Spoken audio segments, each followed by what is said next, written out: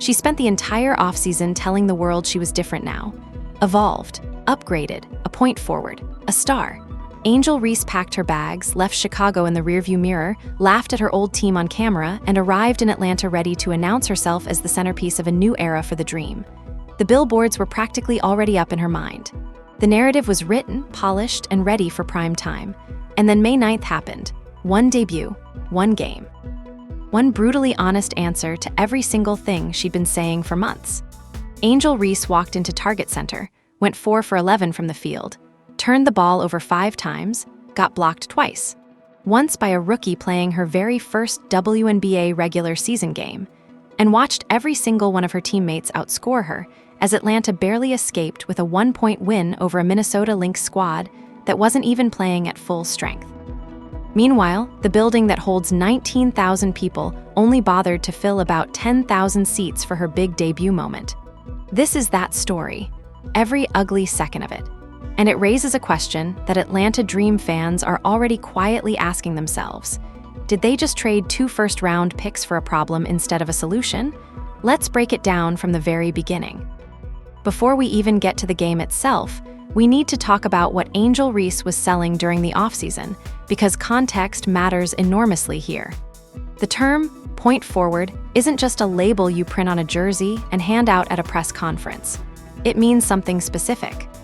It describes players like LeBron James, Scottie Pippen, Magic Johnson in certain lineups.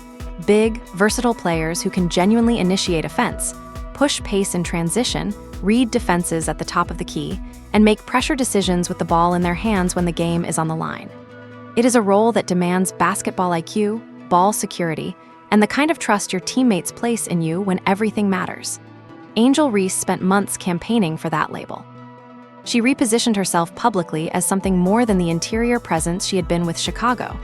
She talked about expanding her game, about being a primary piece, about being the kind of player who could carry a franchise. And she did it with the kind of confidence that commands attention, sitting in front of cameras, telling reporters without blinking that she believed she was the best player in the country. That's a bold claim, and bold claims demand bold proof. The problem is that May 9th didn't deliver bold proof. It delivered 5 turnovers, 29% shooting, 2 blocked shots, and a final stat line that sat at the very bottom of Atlanta's scoring column. If you're going to call yourself a point forward and a star, your debut needs to look at least somewhat like what those words actually mean. Reese's debut looked like someone still figuring out what role she actually plays on a team that was already running fine before she arrived. Here's the thing about May 9th. It didn't come out of nowhere. The preseason had already been flashing warning lights for anyone paying attention. Against the Washington Mystics, Reese shot 3 for 7 and finished with just 10 points, quiet and limited. Against the Chicago Sky, the franchise she had just left, she shot 2 for 7 and posted 8 points before walking out of the post-game press conference and laughing at the team she had spent her first professional seasons with. Let that image sit for a moment. She shot 28.6% from the field against her old team and then sat on camera giggling about them.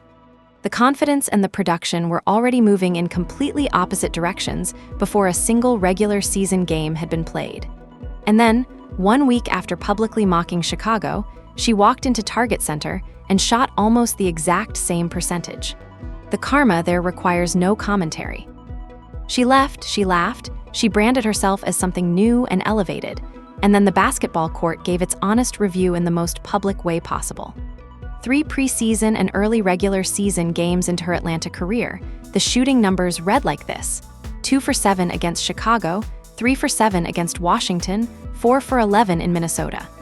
That is not the production line of a player growing into a new identity. That is a scouting report writing itself.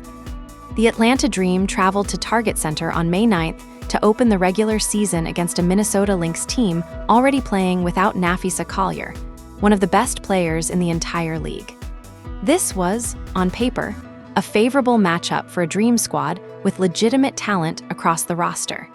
It should have been a comfortable opening night win that set the tone for everything Reese wanted this season to be. Instead, it became a 1-point escape act, and Angel Reese was largely the reason it had to be an escape at all. The 5 turnovers were the most damaging element of her performance. Turnovers in basketball are not just lost possessions, they are gifts. Every time Reese gave the ball away, she handed Minnesota an opportunity they had done nothing to earn. Against a short-handed team already missing its best player, turnovers of that volume are inexcusable, and they nearly cost Atlanta the game entirely. The Dream won 91-90. 5 turnovers against a depleted roster, and you win by 1. That math tells the whole story. Beyond the turnovers, the blocked shots deserve their own paragraph. Getting blocked is part of basketball. It happens, but context determines meaning. One of those blocks came from Kayla McBride, which is one thing. The other came from Olivia Miles, a rookie playing her very first regular season WNBA game. Miles had never played a single regular season minute in this league before May 9th. And in that first game, in that same building, on that same night, she rejected the shot of the player Atlanta gave up 2 first-round picks to acquire. A player who had just spent months telling everyone she was operating at a star level. That moment is not subtle. That moment is a scouting report confirmed in real time, in front of everyone, with cameras rolling.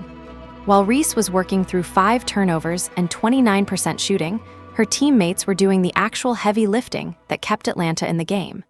Alicia Gray finished with 24 points. Critically, 16 of those came in the second half, which is the only reason Atlanta was in a position to close the game out at all. Gray talked afterward about her teammates keeping her confidence up through a rough first half, pushing her to stay aggressive and trust that her shots would fall. She responded by going off when the moment required it. That's what a big performance looks like. That's what star-level production in a pressure game means. Ryan Howard added 15 points. Naz Hillman contributed 15 of her own. Jordan Canada put up 12. Add it all together, and every single starter on the Atlanta Dream outscored the player the organization traded 2 future first-round picks to bring in. Everyone. The player who publicly declared herself the best in the country finished at the bottom of her own team's scoring column against a Minnesota team that was already playing shorthanded. Coach Tanisha Smikos was diplomatically careful in her post-game comments, describing Reese's night as working through first-game nerves before refocusing and making a key play late. And yes, the late block happened. Yes, the offensive rebound at the end kept Atlanta alive. But those plays don't erase the damage that preceded them. You don't get to spend an entire game creating chaos through turnovers and poor decision-making, and then claim a star performance because you grabbed a board in the final minute. What Smikos was diplomatically describing was a player who spent most of the night as a liability and then stopped being one just long enough to avoid being the direct reason her team lost. Atlanta won despite Angel Reese, not because of her. That distinction matters enormously. The May 9th story gets even more uncomfortable for the Reese camp when you look at what Olivia Miles did in that same building on that same night. Miles finished with 21 points, 8 assists, 2 steals, and 2 blocks in her very first regular season WNBA game. That performance placed her in select company, just the 5th time in WNBA history that a player recorded 20 or more points and 5 or more assists in their professional debut. A rookie, first game ever, against a real opponent, putting up historic numbers.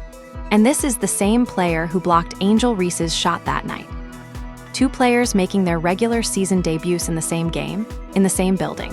One of them is being discussed in the context of WNBA history. The other one is going 4 for 11 and racking up 5 turnovers. The contrast does not need any additional commentary to land with full force. It simply is what it is, and what it is happens to be genuinely painful if you've spent the offseason publicly championing Angel Reese as a rising star. Let's talk about the seats that were empty. Target Center holds 19,000 people. On the night of Angel Reese's regular season debut, the building drew roughly 10,000 fans. Nearly half the arena decided they had something better to do than watch the player who had been loudly promoting herself as a star attraction all off-season long. That's not a bad weather night. That's not a scheduling quirk. That's a market making a statement about how much genuine demand exists to watch this particular player perform. And it wasn't just Minnesota that night.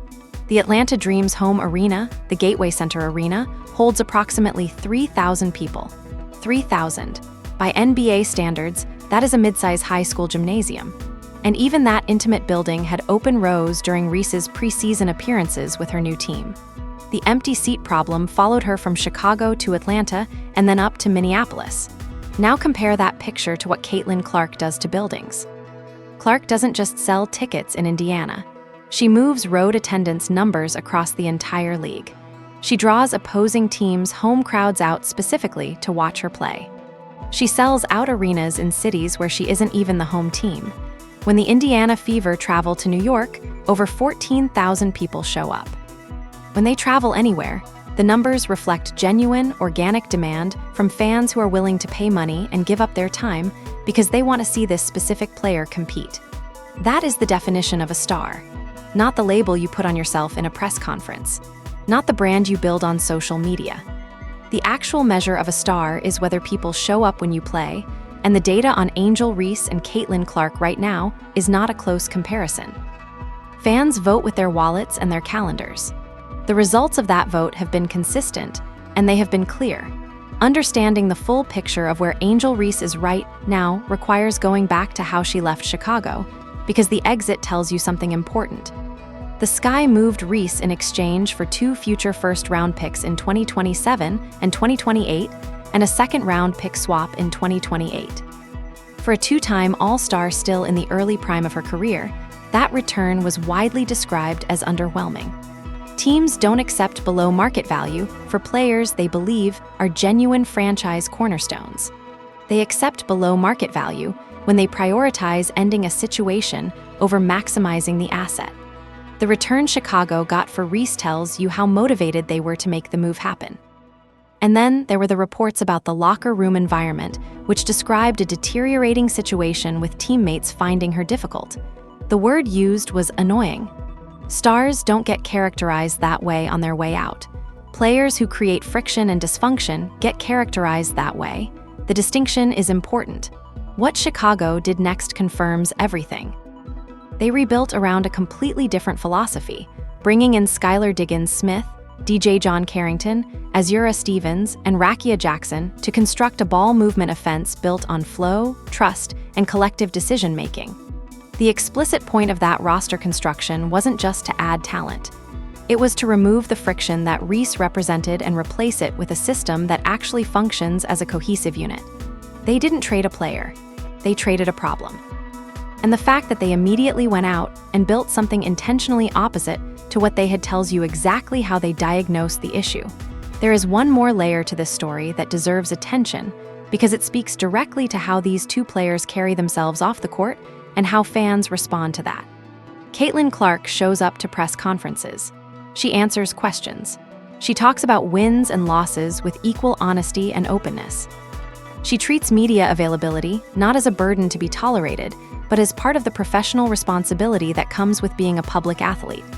Fans respond to that kind of accountability. They trust players who show up and talk because it communicates respect for the game, for the fans, and for the platform. Angel Reese publicly stated she would rather pay a fine than speak to reporters after games. That is a posture that communicates the exact opposite of accountability. It says the press conference is beneath her, that the questions don't deserve answers, that the obligations of professional visibility are optional when they become inconvenient. And fans pick up on that. They may not always articulate why a player feels less trustworthy or less compelling, but they sense it. And that feeling translates directly into whether they buy tickets, turn on the television, and invest emotionally in a player's journey. The contrast in media behavior between these 2 players is not incidental to the attendance and viewership gap between them. It is part of the explanation for it. So where does all of this leave the Atlanta Dream? They gave up 2 future first-round picks. They redesigned their roster around a player who publicly brands herself as a point forward, but spent her debut actively disrupting the ball movement system Coach Smiko's built.